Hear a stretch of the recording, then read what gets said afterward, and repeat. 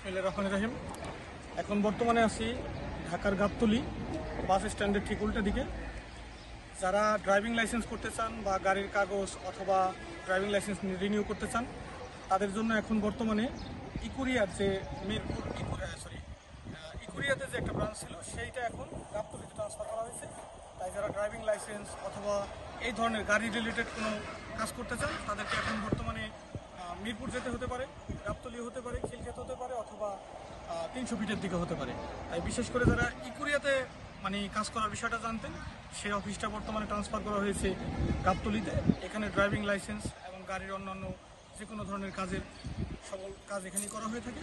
তাই ইকুরিয়ার ব্যাপারে যারা জানতেন, এই বিষয়টা মাথায় রাখতে হবে যে ইকুরিয়ার কাজটা এখন গাবতলী হবে। আর একটা কথা বলি, যারা ড্রাইভিং লাইসেন্স করবেন, অনেকে ধারণা করেন যে ইন্টিম গভর্নমেন্ট এসেছে, সম্ভবত বোধহয় এখন ব্রোকার ঠোকার নাই। এখানকার প্রত্যেকটা ইটও ঘুষ খায় এবং এখানকার সকল ধরনের কাজ উইদাউট ব্রোকার আপনি করতে পারবেন। ব্রোকার ছাড়া হবে না। এবং এখানে নানান ধরনের টাকা পয়সা তারা নিয়ে থাকে এক্সট্রাভাবে, যেমন টোকেন ফি আছে 300 টাকা। নানান বিভিন্ন ধরনের সমস্যা এখানে বিদ্যমান আছে। যারা ভাবতেছেন যে নিজে নিজে স্বেচ্ছায় আপনি ড্রাইভিং লাইসেন্স করবেন, আপনি ব্যাংক ড্রাফট করে নিজে নিজে চেষ্টা করবেন, চাইলেই তা পারবেন না।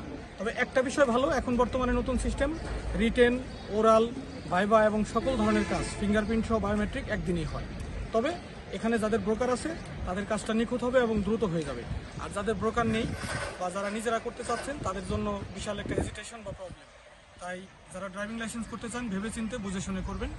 এবং গাবতলীতে নতুন একটি ব্রাঞ্চ করা হয়েছে, এই বিষয়টা সকলের অবগত থাকতে হবে। সকলকে ধন্যবাদ।